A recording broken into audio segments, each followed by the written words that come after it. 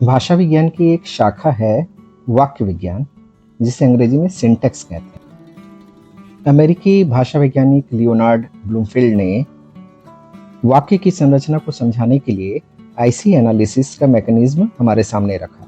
Intermediate constituent analysis को हिंदी में निकटस्थ अवयव विश्लेषण कहते हैं और किसी किसी किताब में यह सन्निहित घटक विश्लेषण के नाम से भी मिलता है। अवयव और अव्यय लिखने में गलती न करें। अवयव का अर्थ घटक है, जबकि अव्यय अविकारी को कहते हैं। सबसे पहले संक्षेप में इसकी पृष्ठभूमि पर बात करते हैं। भाषा विज्ञान के अध्ययन की शुरुआत कुछ इस तरह से हुई। दो भाषाओं का तुलनात्मक अध्ययन शुरू हुआ। इससे तुलनात्मक भाषा विज्ञान का विकास हुआ। दो भाषाओं में अंतर क्यों है, इसका कारण ढूंढते ढूंढते इतिहास में गए और इस तरह से ऐतिहासिक भाषा विज्ञान का जन्म हुआ। विधिवत रूप से भाषा विज्ञान का आरंभ सस्यूर के आगमन के साथ हुआ। 20वीं सदी में संरचनात्मक भाषा विज्ञान का जो उदय हुआ, उसके प्रवर्तक या जनक फ्रांस के यही भाषा वैज्ञानिक फर्डिनेंड द सस्यूर माने जाते हैं।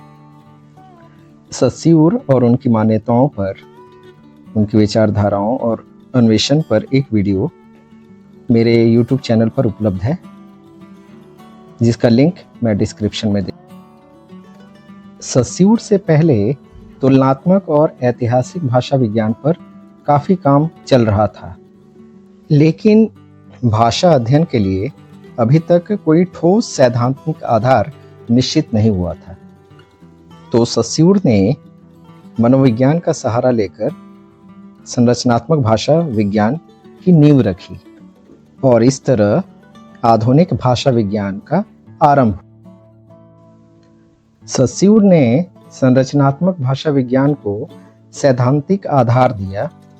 वहीं दूसरी तरफ एक और अमेरिकी भाषा वैज्ञानिक हैं ब्लूमफील्ड, जिन्होंने भाषिक संरचना के विश्लेषण पर काम किया। ब्लूमफील्ड ने आईसी एनालिसिस कैसे किया, यह जानने से पूर्व हम उनकी कुछ मान्यताओं को समझ लें। इनकी मान्यताएं येल संप्रदाय का आधार है। अमेरिका के कनेक्टिकट में येल यूनिवर्सिटी है। प्रसिद्ध भाषाविद हॉकेट हैरिस यहीं से संबद्ध है।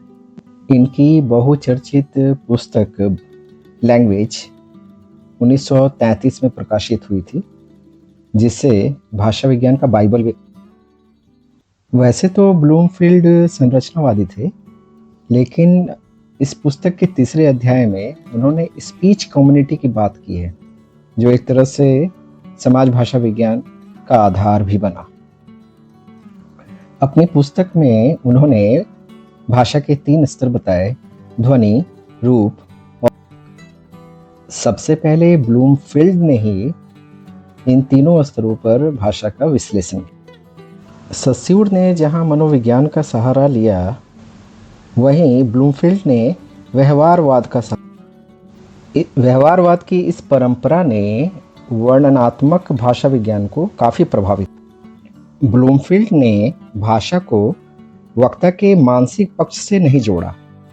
मन में अंकित अर्थ क्या है, इसको जानने की आवश्यकता नहीं। इसलिए इन्होंने भाषा को मौखिक व्यवहार के रूप में देखा, जो प्रतिक्रिया के फलस्वरूप प्राप्त होता है। जैसे कोई क्रिया होती है, फिर उसकी प्रतिक्रिया होती है, एक्शन एंड रिएक्शन। इसी को ब्लूमफील्ड ने स्टिमुलस एंड रिस्पॉन्स कहा है, यानी उद्दीपक और अनुक्रिया। इसी क्रम में उन्होंने ध्वनि उच्चारण, ध्वनि श्रवण और ध्वनि प्रसरण पर बात की। ब्लूमफील्ड ने अपनी पुस्तक में स्वनिम को परिभाषित किया और उसके 2 भेद किए, जिसे हम खंडे और खंडेतर स्वनिम के रूप में जानते। चलिए अब मुद्दे पर आते हैं। आईसी एनालिसिस को ब्लूमफील्ड ने 1930 के दशक में पेश किया। वाक्य में पदों के निकटस्थ अवयव को जानने के लिए उसका यथासंभव खंड किया जाता। इन खंडों को 2 माध्यम से दर्शाया जाता है। ब्रैकेट के माध्यम से या ट्री डायग्राम के माध्यम से। एक उदाहरण देखें, वह लड़का भाग गया। इस वाक्य में पदों के बड़े खंड को हम ब्रैकेट में डालेंगे और फिर उसके छोटे खंडों को फिर से ब्रैकेट में डालेंगे। आप देख सकते हैं कि कुछ इसी प्रकार की विधि वृक्ष आरेख में भी अपनाई गई है। बड़े खंडों से होते हुए हम छोटे खंडों की तरफ बढ़ते हैं। इस खंडीकरण से निकटस्थ अवयव की पहचान हो सकती है। आईसी एनालिसिस के दौरान दो बातों का ध्यान रखना चाहिए। घटकों का खंडीकरण अर्थ के अनुकूल हो और भाषा की व्यवस्था के अनुकूल हो। आईसी एनालिसिस में पदों की निकटता का विशेष महत्व है। अब एक उदाहरण से इसे समझने का प्रयास करते हैं। एक वाक्य है, उसने भागते हुए चोर को पकड़ा। आईसी एनालिसिस बताएगा कि यहाँ जो शब्द समूह या पद समूह है भागते हुए, वह अर्थ को कौन सी दिशा प्रदान करता है। विशेषण के तौर पर उस पद समूह का ब्रैकेटिंग अलग होगा और क्रिया विशेषण के तौर पर उस पद समूह का ब्रैकेटिंग अलग होगा। भागता हुआ चोर, यहाँ पर यह विशेषण का कार्य कर रहा है और भागते हुए पकड़ना, वहां पर वह क्रिया विशेषण का कार्य कर रहा है। यहाँ आप देख सकते हैं कि कौन सा पद निकटस्थ अवयव होगा। अब आप यहाँ देख रहे हैं 4 तरह के वाक्य हैं। पहले वाक्य में कर्ता, कर्म और क्रिया की ब्रैकेटिंग है। दूसरे वाक्य में कर्ता के साथ परसर्ग को शामिल करके ब्रैकेटिंग की गई है। तीसरे वाक्य में क्रिया विशेषण जोड़ा गया है अभी अभी और उसकी ब्रैकेटिंग की गई है। और चौथे वाक्य में विधेय का विस्तार करते हुए जोड़ा गया है, बाजार से लाकर।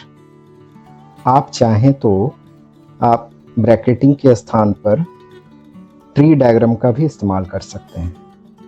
अंग्रेजी और हिंदी में दिए गए दोनों उदाहरणों को देखें।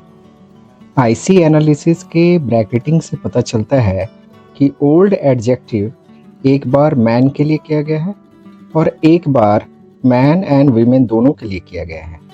ठीक इसी तरह से हिंदी में काले विशेषण की ब्रैकेटिंग एक बार कुत्ते के साथ की गई है और एक बार कुत्ते और बिल्लियां दोनों के साथ की। 1930 के दशक में ब्लूमफील्ड के आईसी एनालिसिस ने वाक्यों के घटकों के विश्लेषण में नया आयाम जोड़ा, लेकिन बाद के दशकों में इसकी कुछ सीमाएं भी सामने। इनका आईसी एनालिसिस कुछ व्याकरणिक संरचनाओं को विश्लेषित करने में नाकाम रहा। आगे चलकर भाषाविदों ने बताया कि 3 तरह की एम्बिग्यूटीज हैं, अस्पष्टता या संदिग्धता है, जिसको आईसी एनालिसिस स्पष्ट करने में नाकाम रहता है। कोशीय एम्बिग्विटी, संरचनात्मक एम्बिग्विटी और व्युत्पत्ति परक एम्बिग्विटी। इसके अलावा डिसकंटिन्यूटी, इम्बेडिंग, कंजॉइनिंग और ओवरलैपिंग की स्थिति में भी आईसी एनालिसिस की कमियां नजर आती हैं। ब्लूमफील्ड ने वाक्य संरचना के अंतर्गत इंडोसेंट्रिक और एक्सोसेंट्रिक ये 2 संकल्पना रखी। दिए गए वाक्य में श्याम उद्देश्य है और उसका विस्तार है, पड़ोस में रहने वाला मेरा मित्र। इस वाक्य में रचना का एक अवयव पूरी रचना के स्थान पर आ सकता है। श्याम कर्ता का विस्तार जिन पद समूहों से हो रहा है उसके स्थान पर सिर्फ श्याम लिखने से भी वाक्य के घटक पूरे नजर आ रहे हैं और अर्थ संप्रेषित कर रहे हैं। बहिष्केंद्रिक के अंतर्गत दूसरा वाक्य देखें, श्याम कल दिल्ली चला गया।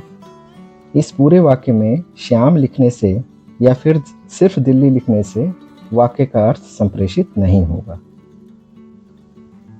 चर्चा के अंत में भारतीय भाषाविद भोलानाथ तिवारी के विचारों से भी अवगत हो लिया जाए। उनका मानना है कि रचना का ठीक अर्थ जानने के लिए वाक्य विश्लेषण की आवश्यकता पड़ती है और आईसी एनालिसिस इसमें सहायता करता है। निकटस्थ अवयव 3 प्रकार के होते हैं: कंटिन्यूअस, डिसकंटिन्यूअस, साइमल्टेनियस यानी अविच्छिन्न, विच्छिन्न और समकालीन। वाक्य में अविच्छिन्न अवयव साथ साथ आते हैं। उदाहरण आपके सामने है। विच्छिन्न अवयव में घटक साथ साथ नहीं आते। दिए गए उदाहरण में आप देख सकते हैं, वह सो रहा है, यह एक अविच्छिन्न अवयव है। इस वाक्य के बीच में कहाँ घटक के आने से ये विच्छिन्न हो जा रहा है। निकटस्थ अवयव का तीसरा प्रकार है समकालीन। यहाँ पर अवयव साथ साथ चल रहे हैं। अनुतान के कारण यहाँ पर वाक्य का अर्थ अलग अलग हो जाता है। वह सो रहा है, यह एक सामान्य कथन है। वह सो रहा है, यह आश्चर्यसूचक है। वह सो रहा है, यह प्रश्नसूचक है। यहाँ अनुतान से वाक्य के अर्थ में अंतर आ जाता है। आईसी एनालिसिस तो पश्चिमी पद्धति है। हमारे भारतीय व्याकरण में वाक्य विभाजन या वाक्य विश्लेषण की पद्धति पहले से मौजूद है। वाक्य विभाजन के 3 प्रमुख आधार हैं। पहला है उद्देश्य और विधेय में विभाजन। अंग्रेजी में उद्देश्य और विधेय को सब्जेक्ट एंड प्रेडिकेट कहते हैं। पड़ोस में रहने वाला मेरा दोस्त कल दिल्ली चला गया। इस वाक्य का हमने पीछे विश्लेषण किया है। आप इसमें देख सकते हैं कि किस तरह से उद्देश्य का विस्तार उससे पूर्व किया गया है और विधेय का विस्तार उससे पूर्व किया गया है। वाक्य विभाजन का दूसरा आधार है निकटस्थ अवयवों में विभाजन। दूसरे उदाहरण में देख सकते हैं कि काली गाय में काली विशेषण संज्ञा के साथ जुड़ा हुआ है और वो दोनों एक ही घटक हैं। वाक्य विभाजन का तीसरा आधार है उपवाक्यों में विभाजन। आपको मालूम होगा वाक्य 3 प्रकार के होते हैं: साधारण वाक्य या सरल वाक्य, और दूसरा संयुक्त वाक्य, तीसरा मिश्र वाक्य या मिश्रित वाक्य। सरल वाक्य में तो एक ही उपवाक्य होता है, जबकि संयुक्त वाक्य और मिश्र वाक्य में एक से अधिक उपवाक्य होता है और ये समुच्चय बोधक अव्यय से जुड़े होते हैं। वाक्यों को विभाजित करके देखने की यह परंपरा कहीं ना कहीं ब्लूमफील्ड के आईसी विश्लेषण के आसपास पड़ता है। यह कोई संयोग नहीं है कि ब्लूमफील्ड ने पाणिनि व्याकरण को मानव बुद्धि का कीर्ति स्तंभ माना था। आईसी विश्लेषण पर चर्चा यहीं समाप्त करता हूँ। संदर्भ के लिए कुछ पुस्तकें अवश्य पढ़ें। वैष्णव नारंग की 2 पुस्तकें दिख रही हैं। ब्लूमफील्ड की जो पुस्तक है लैंग्वेज, उसका हिंदी अनुवाद किया है डॉक्टर विश्वनाथ प्रसाद ने। तीसरी किताब गुप्त व भटनागर की है।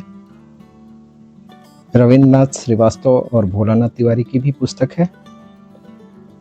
बाकी व्याकरण के लिए कामता प्रसाद गुरु और किशोरी दास वाजपेयी की पुस्तक आपको पहले से मालूम है।